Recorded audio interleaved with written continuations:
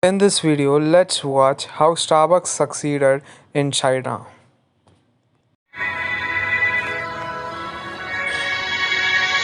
It's hard for me to believe that 18 years ago we opened our first store, and here we are, over 3,000 stores, 40,000 partners working for the company. With over 3,000 stores and a store opening literally every 15 hours. We are just getting started in bringing the world's best coffee and best coffee experience to China. I have been to China now many times over the years. Every time I'm here, I am so impressed with the level, respect, and service and the commitment and passion that our partners have about the company, our coffee, and serving our customers.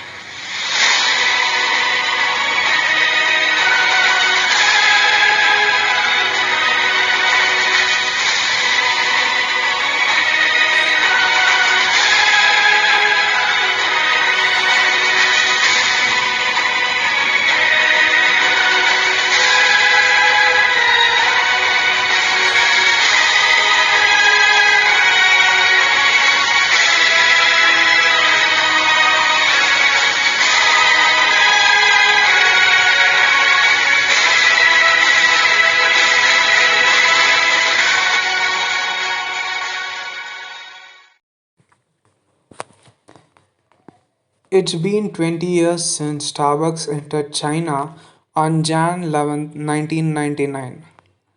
The China market is obviously important for Starbucks. Steady revenue increase for 9 years straight despite the first incline in Q3 2018. As of now, Starbucks is growing in China at the rate of one new store per day, creating more than 10,000 job opportunities every year. There are more Starbucks stores in Shanghai than in New York. Actually, the former doubled the latter. Starbucks' success in China is significant for many foreign companies that have always had their eyes on China. McDonald's and KFC brought fast food to China, but both are viewed as junk food. Walmart brought affordability and supermarkets to China, but not many people care now because of e commerce. Coca Cola invested hugely in China but eventually had to sell its bottling assets. Starbucks, on the other hand, managed to convince Chinese who had always loved tea to drink coffee and to pay lots of money for it. People pay 30 RMB, that is $5 for a cup of coffee. For an experience of coffee culture, something many Chinese still don't quite get. When the first Starbucks store opened in China in January 1999, Chinese understanding of coffee was Nestle packets. Wang Jinlong, the former CEO of Starbucks in Greater China, went to the US in 1985. He joined Starbucks in the US as vice president for legal operations. Back then, there were only 150 stores in the US. In 1995, Starbucks was thinking of expanding overseas. Wang was asked to do the job. 4 years later, Wang brought Starbucks back to his hometown, Beijing. Most international brands use the franchising model in China, including Starbucks and McDonald's, for a number of reasons.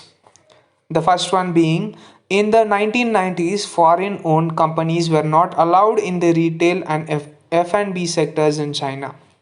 The second being collaborating with the local enterprises was the best way to grow business and mitigate risks in the local market. Procurement and kitchen were taken care of by someone else. They just needed to offer the brand and the management system. Then revenue would come. Starbucks had three partners to start with. Beijing Meida Coffee Limited had the rights in northern China. Taiwan Uni-President Enterprises had the rights in Suzhou, Zhejiang, and Shanghai. Hong Kong's Maxim's Caterers Limited had the rights in southern China. After opening the first store in Beijing, Starbucks ventured into Hong Kong and Shanghai in May 2000. Those stores are all in CBD. From the very beginning, Starbucks positioned itself as an upmarket brand. It started the search for its first batch of customers in high end shopping malls and office buildings. This is aligned with Starbucks' strategy in the US. Howard Schultz, the founder of Starbucks, created the concept of the third space. Coffee shops are where people go to socialize, different from home or office. This concept was popular in the 1970s among those who had received higher education had spending power.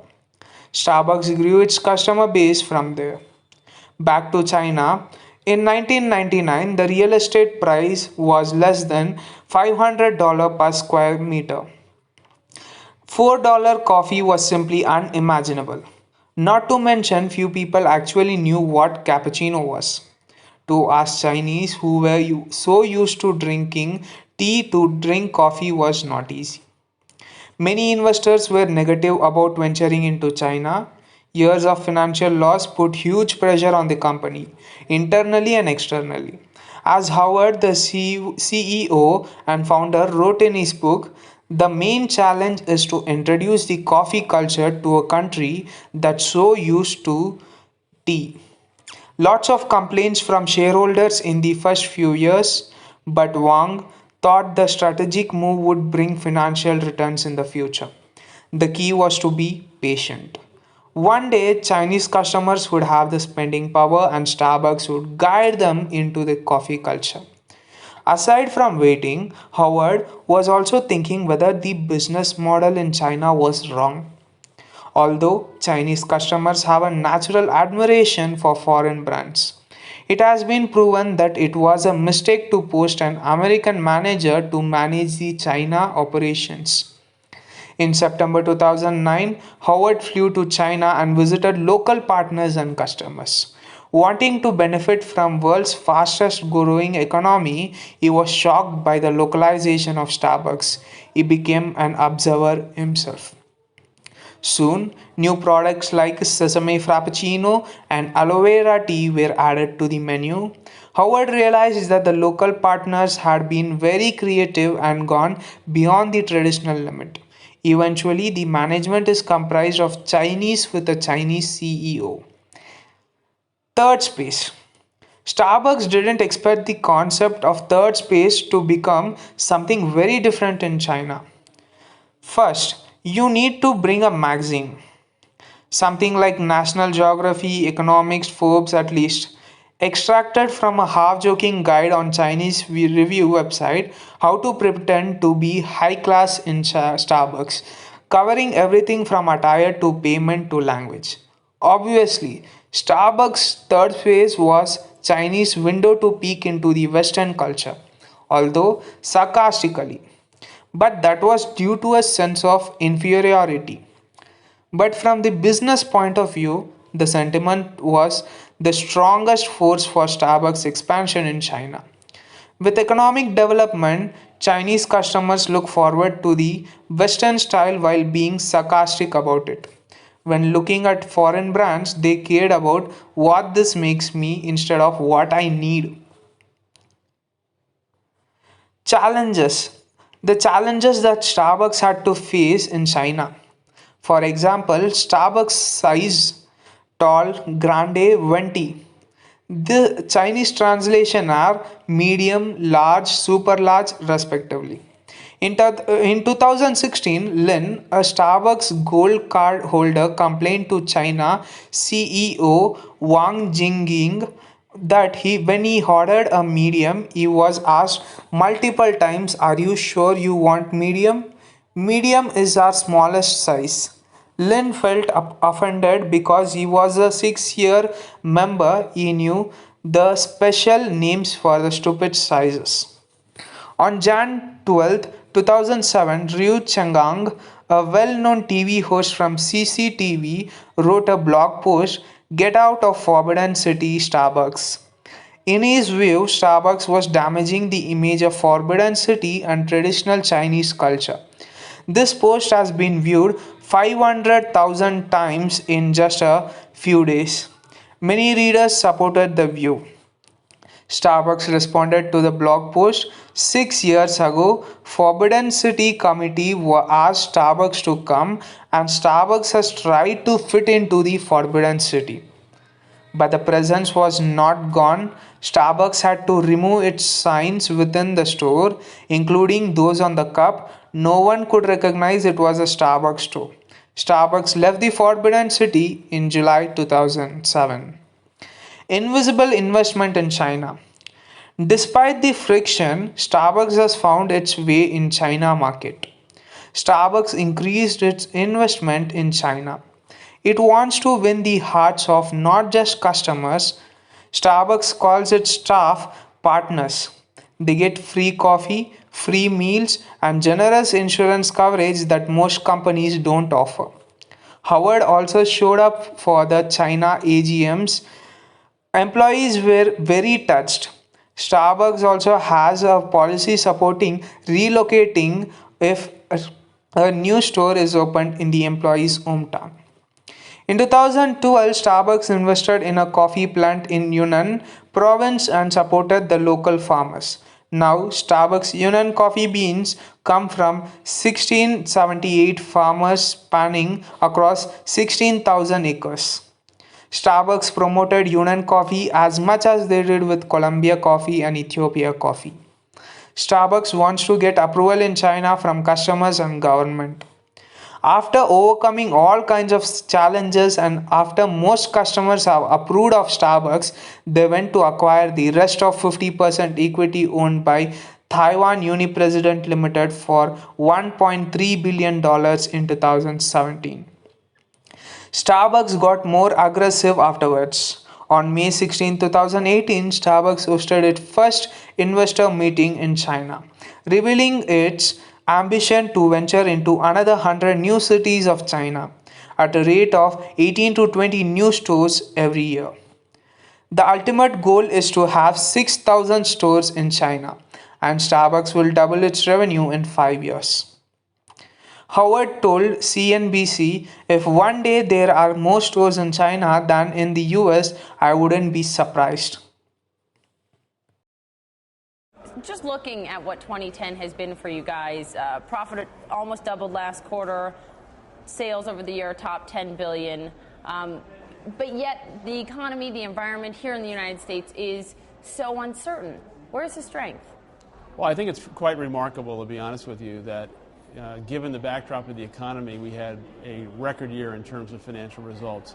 I think the strength is in the Starbucks experience, that across the country, people are walking into a Starbucks store and having the kind of experience with our people, with the environment, with the quality of the coffee that exceeds expectations. I also think it's a time when people are looking for comfort and a sense of community. And our stores, I think, at a time like this, provide people with a sense of community. We've always believed this was the third place between home and work, and I think people are looking for refuge, community, human connection, and I think the Starbucks brand is trusted, and as a result of that and the value that we've created around Starbucks Rewards program and innovation, and we've had a huge hit with Starbucks Via, the instant coffee, that has far exceeded our expectations.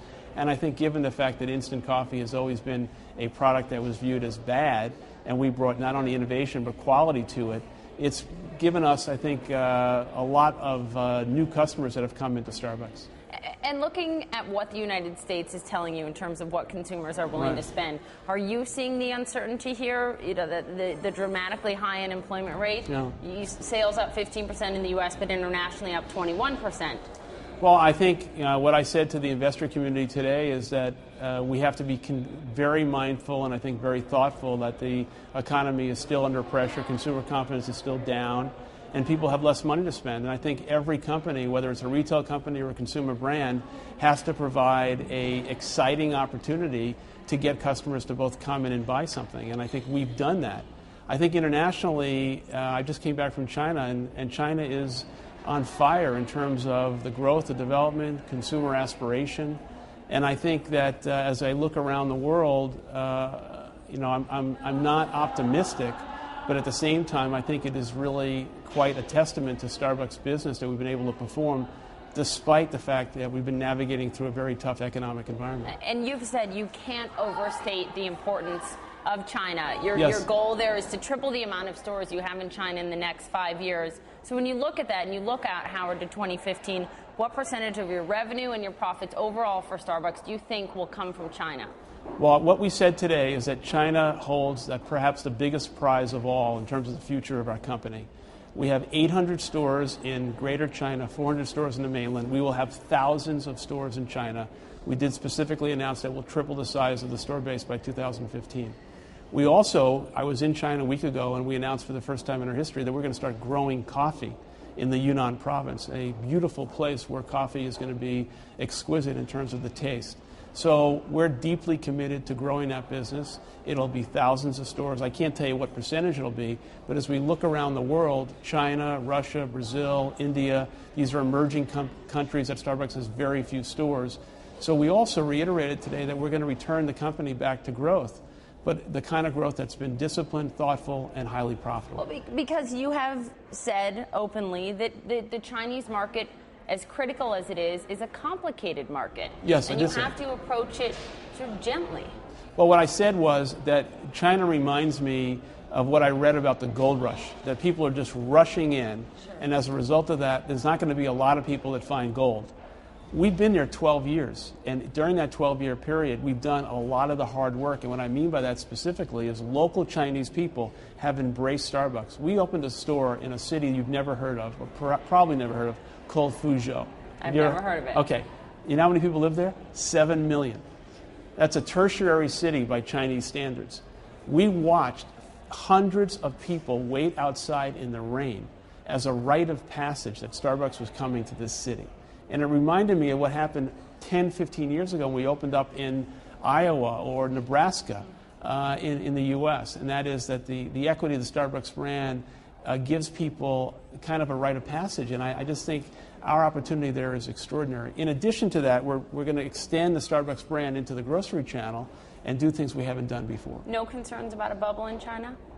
I think that the Chinese government has this thing well in tuned, and I'm optimistic about what's going to happen there. Will there be cyclical changes? I'm sure there will be, but I don't think it's going to be anything dramatic.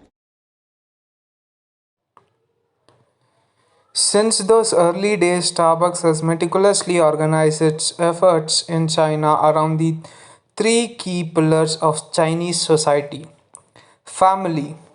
From the beginning of the Chinese civilization, family has been the key source of security, education, and spirit for the Chinese people.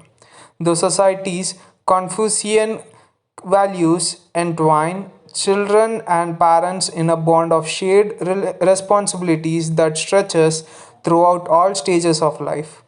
Parents should strongly engage in their children's lives, their upbringing, education, and career. And in return, children should respect and care for their parents as they age. Starbucks fully understood this and made engaging parents a cornerstone of its people's operations. Since 2012, Starbucks has hosted an annual Partner Family Forum where its employees and their parents can learn together about the company and its future in China. Partners talk about their professional experiences in the company and Starbucks leadership. Even CEO Howard Scull speak to the parents. The success of the program cannot be underestimated. In an interview with BCG, Sculls said about the first forums held in 2012. Think about an annual meeting of shareholders. We had an annual meeting of parents in Beijing and Shanghai, and we had about 90% participation. We did not know who or how many would come. In most cases, there were whole families. There were parents, grandparents, aunts, and uncles. It was unbelievable. It was breakthrough for the company and a milestone for locally relevancy. The company has continued to build on this. This year, it announced the launch of Starbucks China Parent Care Program, which currently provides health insurance for elder parents of 10,000 employees and will likely to extend to more employees. The initiative obviously encourages staff retention by giving rare financial support to employees' families. Much more importantly, it says to Chinese partners that it respects their parents in a way that truly touches the Chinese heart. I want to talk to you quickly about your trip in China. You held a partner family forum where the employees came along with their families. I was reading something interesting about it on Starbucks website, and it said, quote, many parents in China don't think service industry jobs are desirable careers. And it's interesting when you talk about the culture there and the importance of getting good employees and getting them to stay. Talk to me about that view of the service sector in China that's perhaps different than here, and how you're trying to change that. We've been in China now for over 15 years, and 3 years ago we came up with the idea that given how tight the family unit is in China, and generally a one child, let's invite the parents to an annual meeting. And in doing so, let's share with them the values of the company and demonstrate to them why their children, even though most of them are college graduates, should work at Starbucks and build a career at Starbucks. That was the turning point for Starbucks 3 years ago. In Guangzhou last week, I would say, I've been to hundreds, maybe thousands of Starbucks meetings.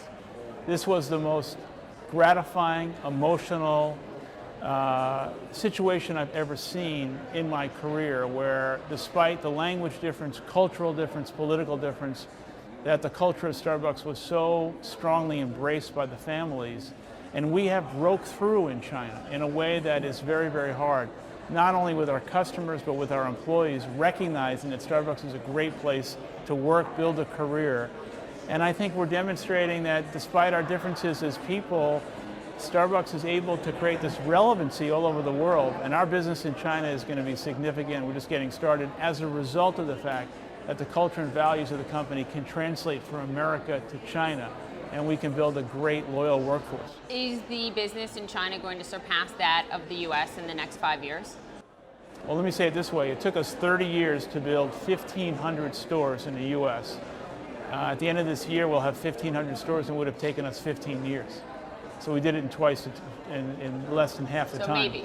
I think it's very possible that one day we'll have more stores in China, but not in the next 5 years. For those who want to know, what is the most popular Starbucks item in China?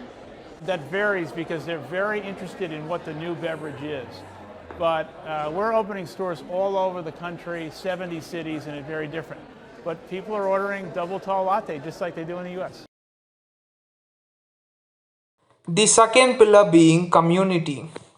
Chinese highly value their community traditionally, labeled as their inside circles, be it their homes, schools, or companies. They turn to these circles for loyalty, information, and approval of their choices. With this in mind, Starbucks designed its retail spaces to facilitate these circles coming together. Unlike in the United States, where Starbucks chairs are often the quiet haunts of solitary laptop users, China Starbucks are laid out to welcome crowds, noise, and longing. In many cases, the spaces are up to 40% bigger than in US and have been placed in very visible and easily accessible locations in office buildings. The sitting areas are often format and usually have no walls. The chairs seem to follow out into adjacent spaces such as lobbies or walkways, as Quartz Gwen Guilford put it.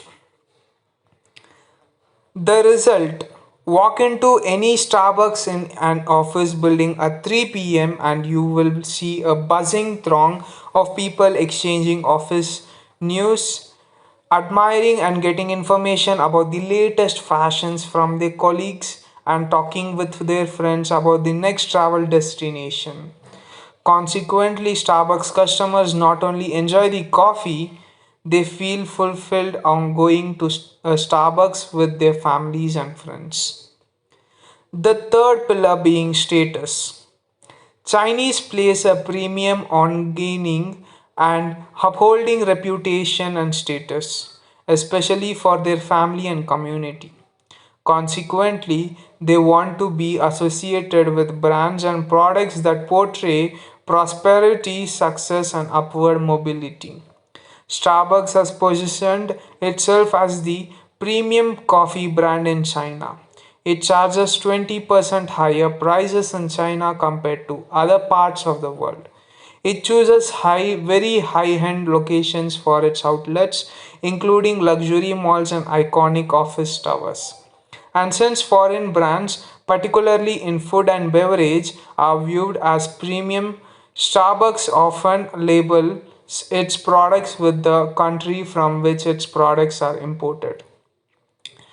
Starbucks and how it enables Chinese to observe their culture is a powerful example for any global brand on how to operate in the country.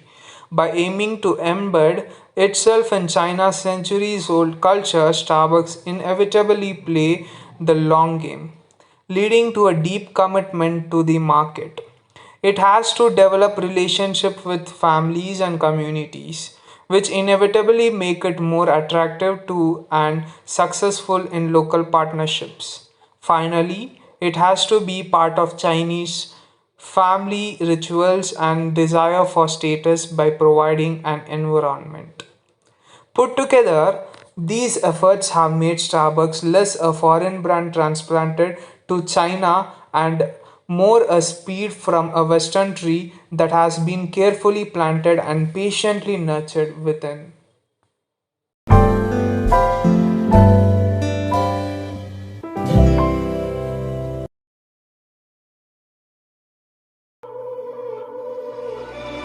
I done been around the world, ain't nobody else that could do it like us with nobody help. When the chips about to fall and I'm back against the wall, know it's only one place I call. All roads lead home, home, home. Yeah. All